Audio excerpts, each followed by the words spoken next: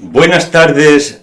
Hablábamos ayer, otra vez, el famoso decíamos ayer de Fray Luis, os pido perdón, que dos rostros contrapuestos se dan cita en un mismo paso procesional, la oración en el huerto de Getsemaní de Francisco Salcillo.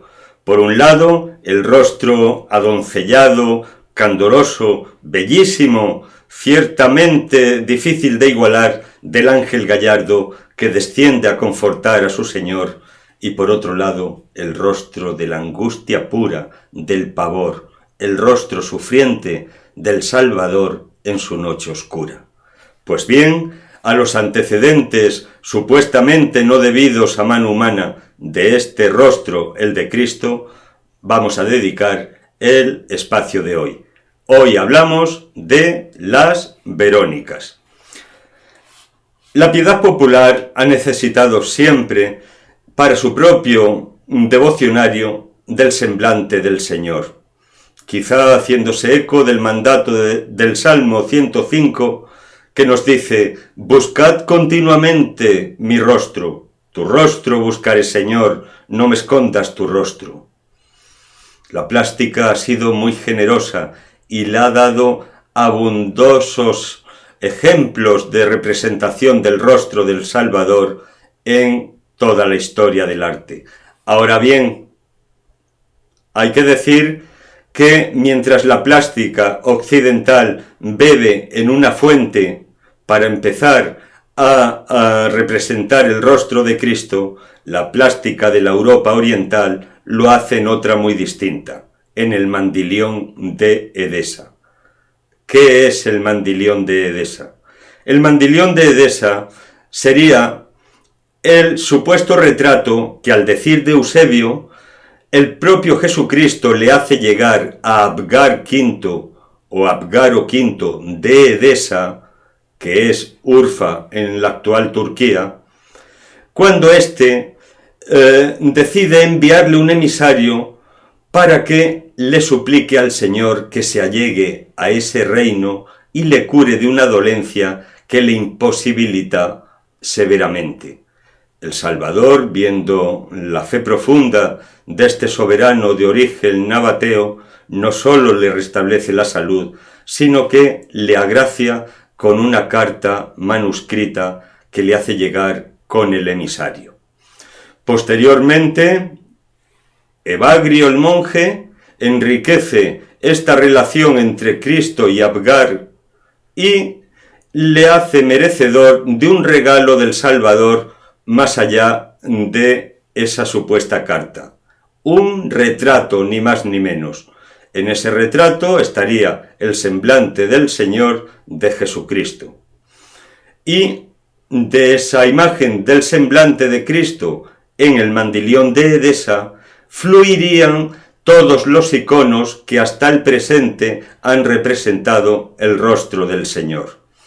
La plástica occidental, sin embargo, tiene como modelo original el rostro del Señor que milagrosamente habría quedado imprimido en la tela que una santa mujer aplicara en el rostro de Jesús en su camino del Calvario cargado con la cruz.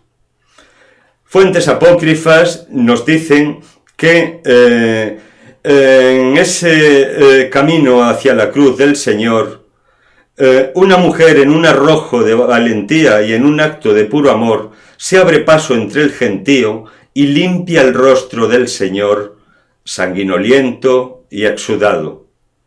Recibe a cambio como presente la imagen imprimida en la tela aplicada. A partir de entonces, Verónica, verdadera imagen, será el nombre tanto de la tela impresa, de la imagen de la tela, como de la propia sujeta que llevó a cabo este acto piadoso. La referencia inicial a la Verónica como mujer aparece en las actas apócrifas de Pilato del siglo V. un documento en el que se nos dice que esa mujer no era otra que la hemorroísa del pasaje de San Mateo. El Señor la habría curado de los flujos abundantes de sangre. Ella tenía una fe ciega en el Redentor y en un arrojo, como hemos dicho, de ardor y de amor, se abre paso entre el gentío y aplica su velo sobre el rostro del Señor para limpiarle la sangre y el sudor que llevaba. A cambio, obtiene la imagen milagrosamente imprimida de esa santa cara. Es la Verónica. Nos dicen estas actas apócrifas de Pilato que esa mujer, que sería la hemorroísa, conservaría en su casa, en su propio hogar, que se ha mostrado en Tierra Santa, en plena Vía Dolorosa, convertido en santuario, conservaría en él una imagen de bulto redondo, una escultura del Redentor. A la misma hemorroísa se la hace referencia como la mujer de Zaqueo. Se quiere, en la tradición, que ese mismo personaje coincida con la mujer de Zaqueo, de forma tal que Verónica, hemorroísa y esposa de Zaqueo serían el mismo sujeto. Tenemos que decir a continuación que el nombre de esa santa mujer que tuvo ese gesto piadoso quiere que sea el de Serafia. Serafia sería su nombre propio. También se la menciona como Berenice, un nombre derivado de Verónica precisamente. Mas hay que decir que esta santa no obedece sino al nombre de Verónica, y es el que ha hecho fortuna. Santa Verónica, la patrona de hiladores, de lavanderos, de fotógrafos, es la mujer que enjuga el rostro de Cristo camino del Calvario. En el siglo XIV o XV, cuando se establece por primera vez la práctica piadosa del Via Crucis, a la Verónica se le concede todo el protagonismo que el Redentor la deja en la sexta estación. Sexta estación, la Verónica enjuga el rostro de Jesús, limpia el rostro de Jesús. Y con este mismo nombre, el de Verónica, se conoce ya en el siglo X, se tiene noticia de que se denominaba una de las secciones de la Basílica de San Pedro del Vaticano. En el año 1011 incluso se registra ya la existencia de una capilla en el propio San Pedro del Vaticano consagrada, erigida a esta santa. Hacia el año 1200, la antigua imagen de la hemorroísa, la imagen que conservara, se convierte en lienzo, quizá por influencia del Mandilión de Edesa, y comienza a ostenderse la reliquia con toda solemnidad hasta eclipsar definitivamente a la imagen del Mandilión. En el siglo XV, ya digo, el episodio del que se hace derivar esta santa reliquia adquiere carácter paralitúrgico, mentándole en la estación sexta, y el rostro de la Verónica comienza a sustituir definitivamente al de la Mandilión, a pesar de que son dos rostros distintos. ¿Por qué? Pues porque el representado en el velo, en la tela de la Verónica, es el rostro de Cristo coronado de espinas, como iba camino del Calvario, y el rostro que supuestamente aparecía en la Mandilión es el rostro de Cristo durante su vida pública.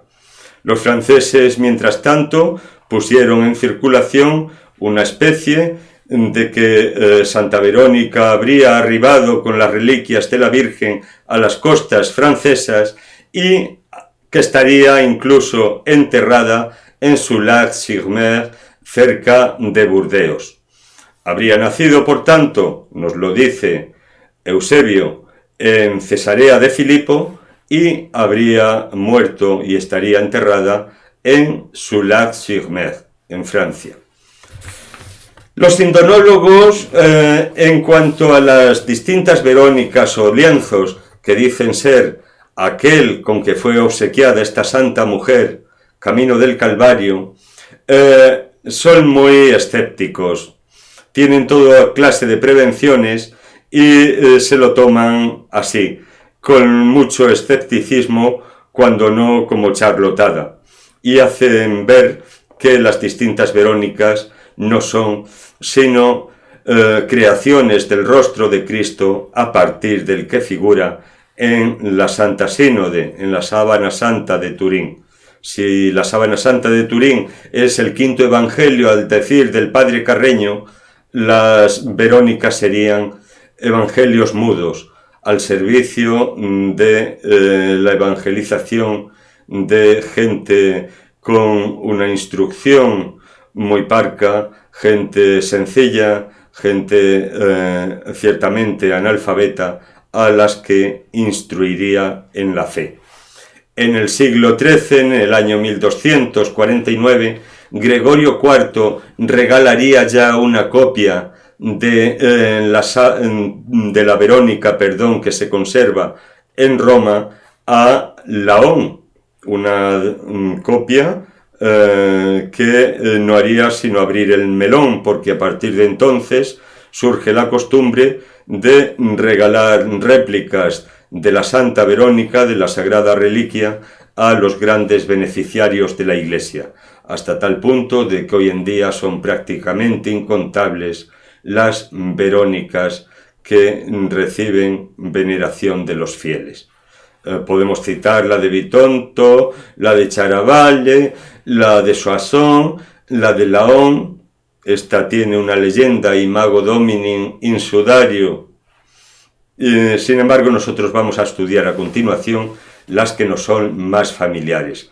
Como no, empezaremos por la Verónica de San Pedro del Vaticano, que es la más renombrada de todas, y continuaremos con las más cercanas, pero que son objeto de una veneración antigua también y muy fervorosa.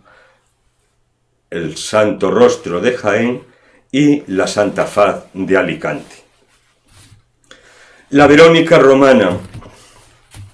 Una leyenda piadosa hace llegar la Verónica a Roma tras la propia muerte de Cristo, inmediatamente después de la muerte del Señor. Y ese lienzo que llega a la ciudad eterna habría curado a Tiberio de una lepra negra que le desfiguraba todo el rostro. En San Juan de Letrán hay que decir que se conserva otra Verónica, son dos las Verónicas romanas, subiendo la Santa Escala, otra reliquia insigne, con unos aires ciertamente orientales, se puede contemplar un santo volto, un santo rostro del Señor que, al decir de la tradición, sería obra del propio San Lucas, como tantas pinturas que se atribuyen al evangelista. Las primeras ostensiones en la ciudad santa del velo de la Verónica se registran en el siglo XII. En el año 1191 se mostraría ya la sagrada reliquia a Felipe Augusto y a sus varones cuando regresaban de la Tercera Cruzada, y 8 años después Gerardo de Gales tendría también ocasión de contemplarla allí en San Pedro del Vaticano, si bien dice que lo hizo a través de una cortina. Existía en la época una creencia de que no podría el hombre encararse con el rostro de Cristo, so pena de quedarse ciego. Es el mito de la Gorgona aplicado a esta sagrada reliquia del cristianismo. En el año 1200 el Papa Bonifacio hace ostenderla sistemáticamente y declara que en el día de la Asunción en adelante se realice una peregrinación, una procesión con la Santa Reliquia a la Iglesia Romana del Espíritu Santo. Las peregrinaciones a la Verónica, a partir de esta fecha, de estas ostensiones tan solemnes, tenemos que decir que durante mucho tiempo, muchos siglos, la liturgia más solemne en Roma fue la de la ostensión de la Santa Verónica. Se hicieron, decíamos, numerosas las peregrinaciones hasta el punto de dejar huella en la literatura. El propio Dante nos dice, compara las riadas de peregrinos, las muchedumbres de peregrinos que van a venerar la Verónica a Roma con el ascenso al paraíso. En el año 1300, Bonifacio VIII, con ocasión del Año Santo del siglo XIV, la muestra personalmente a los peregrinos llegados de toda Europa a ganar el jubileo. Peregrinos romeros que regresaban a sus hogares mostrando muchos de ellos pequeños prendedores de metal, generalmente de plomo, con la imagen del Santo Rostro. Podemos verlos en una pintura de 1366 conservada en una iglesia romana, pero de mucha ascendencia española, Santa María Novella. En Santa María Novella podemos contemplar cómo lucen estos peregrinos medievales esas insignias de haber sido romeros en ese año jubilar y haber venerado el Santo Rostro de la Verónica del Vaticano. Escasas fueron las copias que se hicieron hasta ese siglo, hasta el siglo XIII. Podemos citar como obras del siglo XIII, como copias, la de Laon, que hemos ya significado antes, regalada en el 1249, y la de Ascoli Piceno, donada en 1288. En el año 1300, año jubilar, como hemos dicho, Bonifacio VIII mostraría todos los viernes y todas las fiestas de guardar la Santa Reliquia a cuantos romeros se personaran a visitarla. Son multitud las indulgencias concedidas en este año santo, en este año jubilar, a los romeros que se allegaran a San Pedro para visitar el Santo Rostro. Y una novedad, se permitió a partir de entonces la fabricación y venta de copias de la Santa Faz. Surgió así un gremio de pintores particular, los Pictores Veronicorum, que se encargaban de realizar copias del semblante del Señor, tal y como aparecía en la Sagrada Reliquia de la Verónica. En el año 1309 surgen las tensiones entre la Iglesia y los poderes temporales y se produce el cautiverio de Aviñón. Roma es despojada de la sede papal y con su pérdida pierde el antiguo esplendor tanto la ciudad como la Sagrada Reliquia que nos ocupa. Cesa también, que duda cabe, la peregrinación de el Santo Rostro de la Verónica del Vaticano a la Iglesia del Espíritu Santo. En el 1328, estando próximo a las puertas de Roma, el ejército de Luis de Baviera también se ha de proceder a ocultar la Sagrada Reliquia. 1350 fue año jubilar en Roma, con multitud de indulgencias para quienes venerasen el rostro de Cristo en la Santa Reliquia, y es un año complicado, o por lo menos así se prometía. 2 años antes, en el 1348, la peste negra había asolado Europa. 1 de cada 4 europeos habían fallecido a causa de esta peste. y en el 1349, un año antes de el año jubilar, dichosa la desgracia si viene sola, Roma padeció un terrible terremoto del que quedó maltrecha la ciudad. Y sin embargo, ocurrió algo que nos recuerda mucho a la fe en la situación actual. La fe se robusteció y, lejos de disuadir al peregrino, al romero, acudieron en ingentes cantidades, las crónicas lo dicen, para venerar el santo rostro en San Pedro del Vaticano. El siguiente año santo sería el del año 390, se adelantó, puesto que, siguiendo la secuencia histórica, hubiera correspondido en el año 1400, y se dispuso que en adelante tuviera lugar cada 33 años, que es la edad que se ha convenido alcanzó Jesucristo. Sin embargo, el Papa Nicolás V abolió pronto esta disposición y decidió volverle a celebrar cada medio siglo, celebrando el suyo en 1450.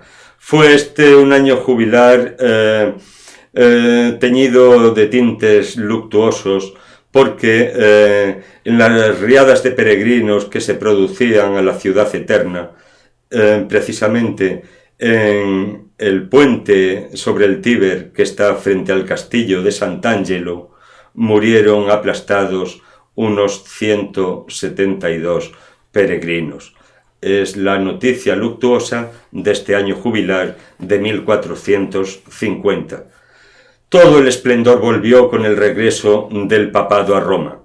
Y se hizo una ostensión tras otra de la reliquia, hasta el punto de ofrecer al romero que se allegaba a ella piadosamente 12.000 años de indulgencia, 12.000 años de indulgencia, para quien llegase a venerar el semblante de Cristo en la sagrada reliquia del Vaticano. Sin embargo, el 6 de mayo del año 1527 tiene lugar un episodio negro de la historia, el saco de Roma. Las tropas imperiales de Carlos I de España y V de Alemania invaden la ciudad, toman la ciudad y se dedican al saqueo de una manera salvaje en la que todos los historiadores coinciden, impropia de su imperial majestad. El protonotario apostólico don Gutiérrez González Doncel, tesorero del Vaticano, jienense por más fechas, por más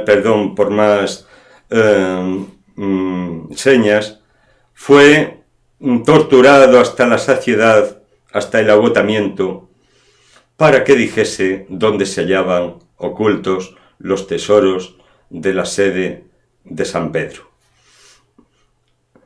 Se perdió entonces la Verónica, fue destruida, fue capturada, se mudó de lugar. Entramos ahí en toda una nebulosa que la historiografía no ha sido capaz de aclarar, ni la tradición. Aparece, sin embargo, una Verónica en 1533, año santo, pese a que hay una carta del cardenal Salviati en la que informa a Castiglione diciendo sin contemplaciones que la sagrada reliquia había sido quemada. Sin embargo, en ese año santo de 1533 es ostensionada y en 1556, junto con la lanza, también se expone en presencia de su católica majestad imperial Carlos V. Y en 1575 también tiene lugar otra ostensión de la sagrada reliquia. Sin embargo, hay una línea de investigación no cerrada y difícilmente cerrable algún día, que nos dice que la sagrada reliquia podría haber sido robada en 1508 por un tal Pancracio Petrucci, y que la ignoró más tarde a un tal Antonio Fabricio, el cual la habría donado en el 1630 a la iglesia de Manopello, cerca de Pescara, en los Abruzos, y allí se habría conservado, sin despertar, una piedad exacerbada más allá de los propios lugareños, hasta que la rescatara del olvido en 1990 Heinrich Pfeiffer, un alemán que, tras mucho estudiarla,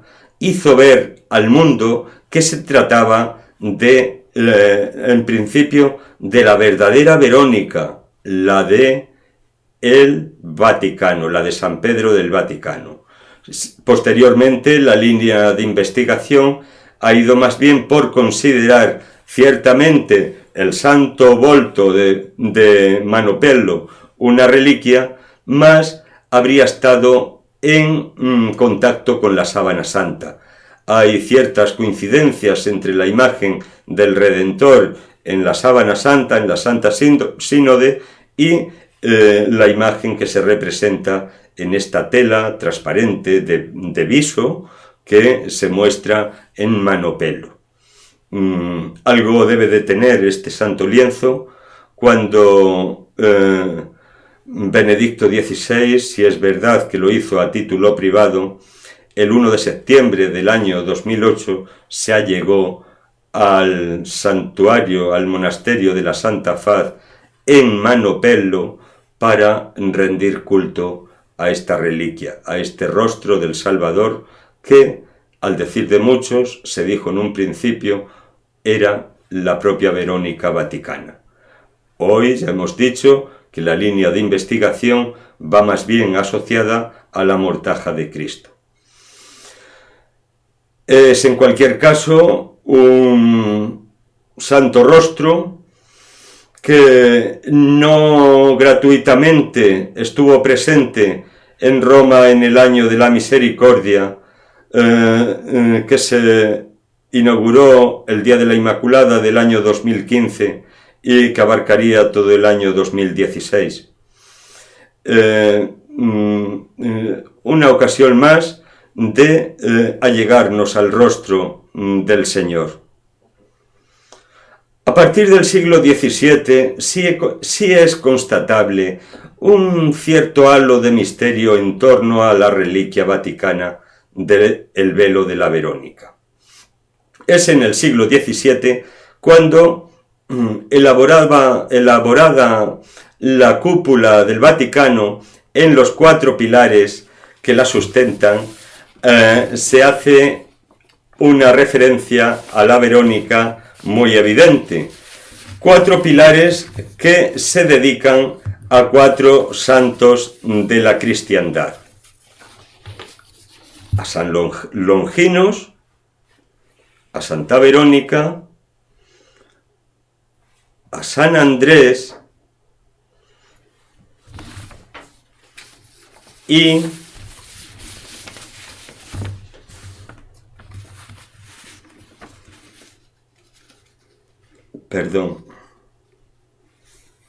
a Santa Elena, la gran propiciadora de reliquias de la cristiandad.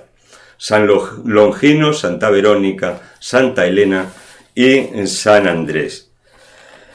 Estos 4 pilares están adornados con 4 soberanas esculturas talladas por Francesco Mocci en el siglo XVII. En uno de estos pilares se guarda encastrada la Santa Verónica del Vaticano. En otro de ellos, la Sagrada Lanza. En otro, la reliquia del cráneo de San Andrés. Y en otro, la reliquia de Santa Elena, la madre del emperador Constantino, la emperatriz. Hay que decir que la calavera de San Andrés que se contenía en este pilar fue regalada a Pío II por el déspota de Morea, Tomás Peleólogo. Sin embargo, en tiempos relativamente recientes, fue devuelta al mismo, a la Iglesia Ortodoxa de Patras, por la Santa Sede. Allí se conserva, decíamos, la Santa Reliquia a día de hoy, envuelta en un halo de misterio, en una cierta nebulosa, ostendida muy raramente, aunque últimamente el quinto domingo de Cuaresma se ha venido extendiendo esta reliquia. ¿Es la real la que se conservaba en un principio o es una nueva surgida a partir del saco de Roma o es una antigua copia anterior al saco que se ha recuperado? No lo sabemos. Hay que dejarse llevar por la fe y dejarnos extasiar ante esta reliquia que se antoja desde el siglo XVII, un objeto ciertamente misterioso, y en 1848 Pío IX, cuando se ve obligado a salir de Roma, manda su exposición y también fue expuesto en una fecha de la que los españoles nos sentimos muy honrados, el 1854, para todos aquellos asistentes a la proclamación del dogma de la Inmaculada en San Pedro del Vaticano. En 1950 también volvió a ser mostrada, mas no extendida, dentro de su propio relicario, y hay que decir que no se reconocen en ella, según aquellos que han podido encararse con el rostro de Cristo, no se reconocen, decíamos, ni nariz, ni boca, ni en la parte superior que correspondería al cabello hay ciertamente una mancha gris y manchas grisáceas en las zonas de las mejillas. La barba, eso sí, se la ve descender, terminada en una doble punta. Esta sería la reliquia original, que al decir de otra tradición, habría sido entregada por la propia Santa Verónica al Papa Clemente. No sabemos con certeza nada que nos pueda llevar a su veracidad. Hay que verla con los ojos de la fe. La razón no entiende en estos campos donde la leyenda lo adorna todo. De esta Verónica también descendemos a otros ejemplos más cercanos a nosotros. Hablamos del Santo Rostro de Jaén y de la Santa Faz de Alicante. El Santo Rostro de Jaén habría llegado, según una tradición antigua, a Jaén con las reliquias que trajo consigo San Eufrasio de Tierra Santa, uno de los 7 varones apostólicos que evangelizaron a España. A él le habría correspondido la diócesis de Mengíbar, en las cercanías de la capital onubense, y allí habría quedado depositada la Santa Reliquia. Al decir de la tradición, la imagen del Redentor habría quedado en el lienzo, en el velo de la Verónica, representada en los 3 dobleces de la tela. Uno de ellos sería el que hemos visto que conservaba y conserva el Vaticano en Roma, otro de ellos sería este de Jaén, y un tercero que perdería San Eufrasio en el viaje de vuelta a Jerusalén y que cayó al mar. Hay una leyenda en relación con esta reliquia jienense que habla de que el santo Eufrasio tenía en una redoma encerrados a 3 diablillos. Les había oído comentar de que el Santo Padre, por mediación de Satanás, iba a pecar con una mujer en Roma. San Eufrasio, ni corto ni perezoso, les pregunta si le podrían trasladar a Roma. El uno le dice que sí, que en hora y media podría trasladarle. El otro le dice que sí, que en una hora. Y finalmente el tercero le dice que en media hora estaría allí, con lo cual llegaría a tiempo de evitar el pecado, según la leyenda, del pontífice. ¿Qué me das a cambio?, le dice San Eufrasio, las obras de la cena, que no era poca cosa, parece ser, y hizo el trato. Llegado a Roma, conjuró a la mujer y al pontífice el santo Eufrasio.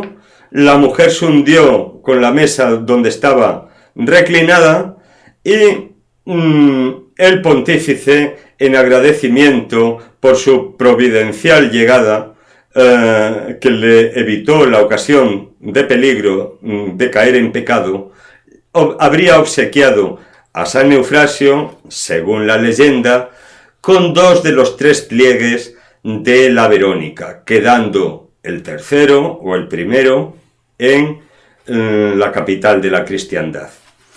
Los otros 2 los habría traído San Eufrasio. Uno será el que se conserva en la catedral jienense, he dicho antes jienense, y el otro sería el que se hubiese perdido en el mar, donde el santo peligró a su regreso de la ciudad eterna. La historiografía dice, en cambio, que esto no es sino pura leyenda, una leyenda según la cual el santo tuvo que cumplir su palabra y darle al diablillo que le proporcionó el viaje las obras de su cena. ¿Qué hizo el santo? Pues en lugar de cenar bien, merendar bien y cenar solo nueces, con lo cual a el diablo le dio las cáscaras de las nueces. Así lo explica con esta ingenuidad esta leyenda para las noches de invierno. La historiografía nos dice que la reliquia, el Santo Rostro de Jaén, que es como se la denomina, llegó a la ciudad jienense de manos del piadoso obispo don Nicolás de Viedma, el cual la habría obtenido de Gregorio XI en el año 1376, y sin embargo no se menciona esta reliquia allí en Jaén hasta 1453. Hay en el siglo XVI un contrato curioso que nos informa del mercadeo que surge siempre en torno a la piedad.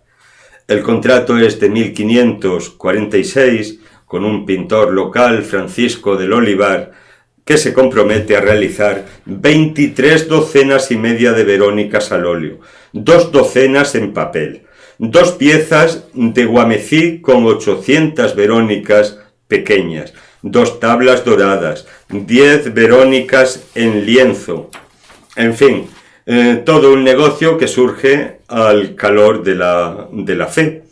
En el siglo XVI, el Santo Rostro de Jaén se ostentaba 2 días, de ostendar, 2 días al año. En la tarde del Viernes Santo, tras los solemnes oficios, se ascendía a los balcones de la catedral con la Santa Reliquia y se bendecía desde allí la campiña. Y la segunda ostensión de la reliquia se producía en el día de la Asunción. Felipe II, tan amante de reliquias, tuvo ocasión de visitarla el 20 de diciembre de 1570. Y hay que decir que desde tiempos de Felipe III, la Santa Verónica, el Santo Rostro, se halla pegado en una tabla decorado con pan de oro. En 1731 se comienza a exhibir ya en un marco de plata adornado admirablemente de esmeraldas, rubíes, diamantes, lo que le hubiera hecho goloso para las huestes de Napoleón. Es por lo que durante la Guerra de la Independencia la reliquia tuvo que ser ocultada. En 1936 su suerte es también ciertamente literaria. Fue confiscado el Santo Rostro y su pista se perdió hasta que en 1940 se le localizó en un garaje en el pueblecito de Villejuif-Bicêtre, en las inmediaciones de París. De allí lo recuperó el general Franco y fue solemnemente devuelto a la catedral jienense, a la tierra de la cara de Dios. En 1625, el jesuita alemán Gretzer y el deán Mazas, en el siglo XVIII, entienden que se trata de una copia de la Verónica de San Pedro del Vaticano. Se hicieron distintos estudios en el siglo XVIII, en el 1730 y en el 1742, y sí que juraron los comisionados para llevar a cabo estos estudios que se trata de una imagen sin rastros de pincel, entre comillas, sin rastros de pincel.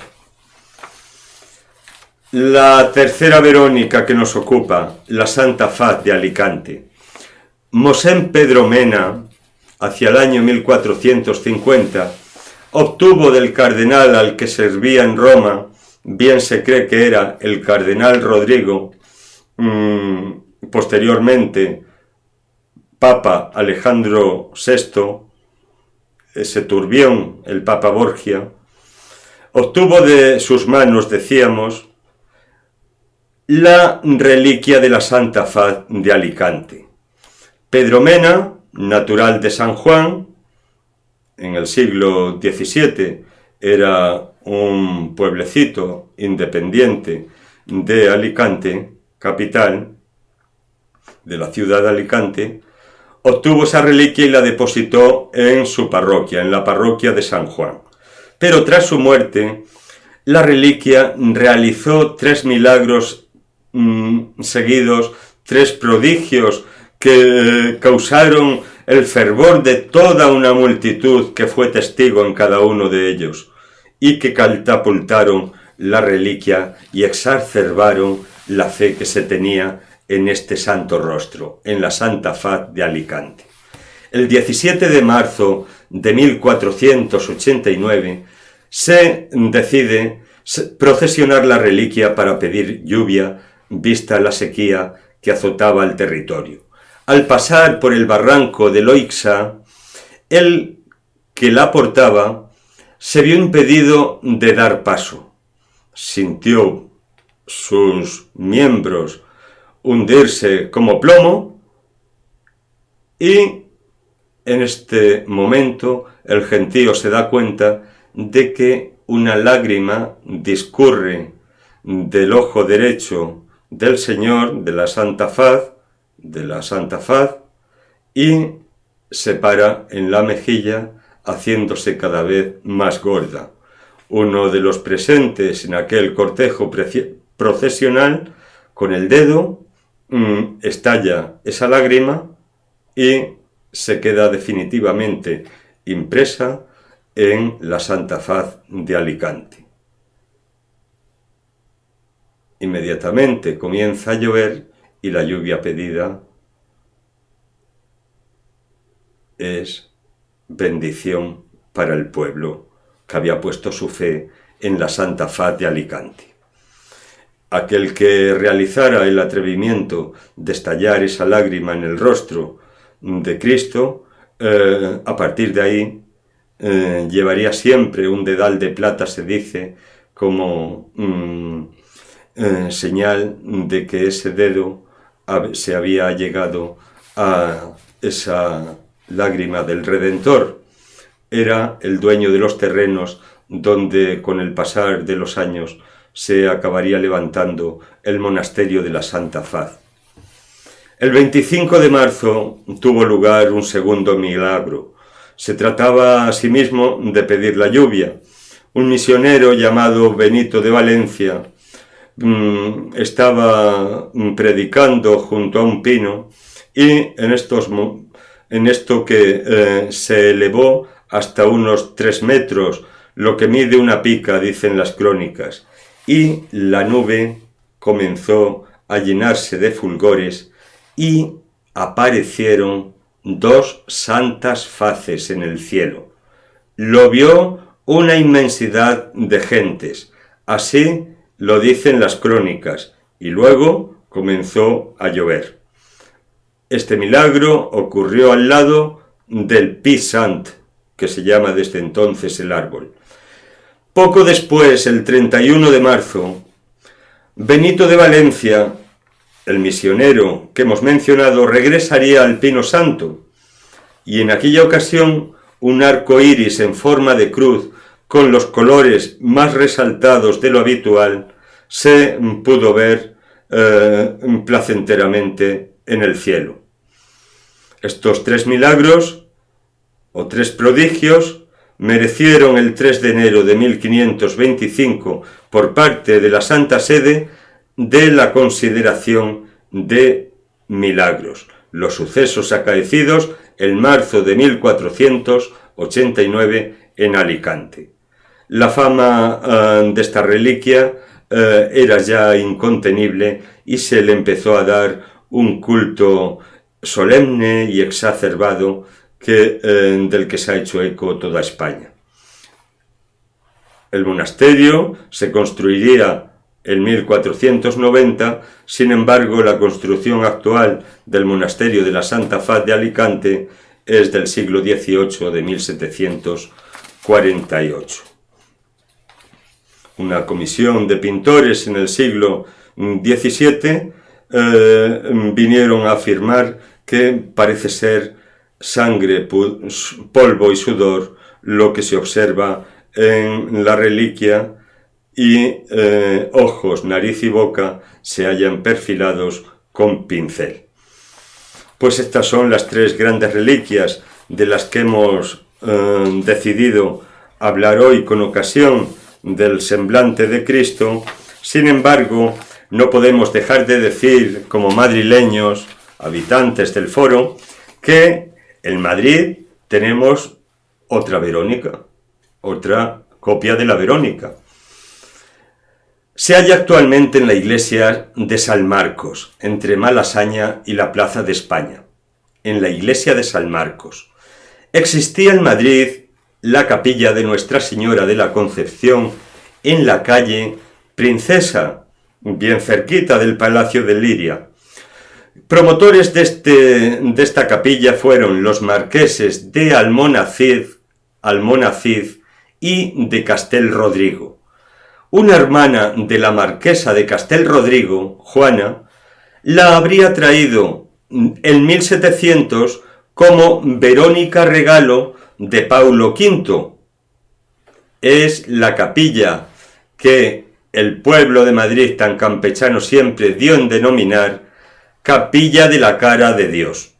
Y con esta ocasión surgió bien pronto la llamada Romería de la Cara de Dios, que llevó a Arniches a crear el drama La Cara de Dios, al cual pondría música el maestro Chapí y sería convertido por este músico en zarzuela. Pues bien, actualmente esta Verónica se halla en la iglesia de San Marcos. Hasta aquí hemos llegado.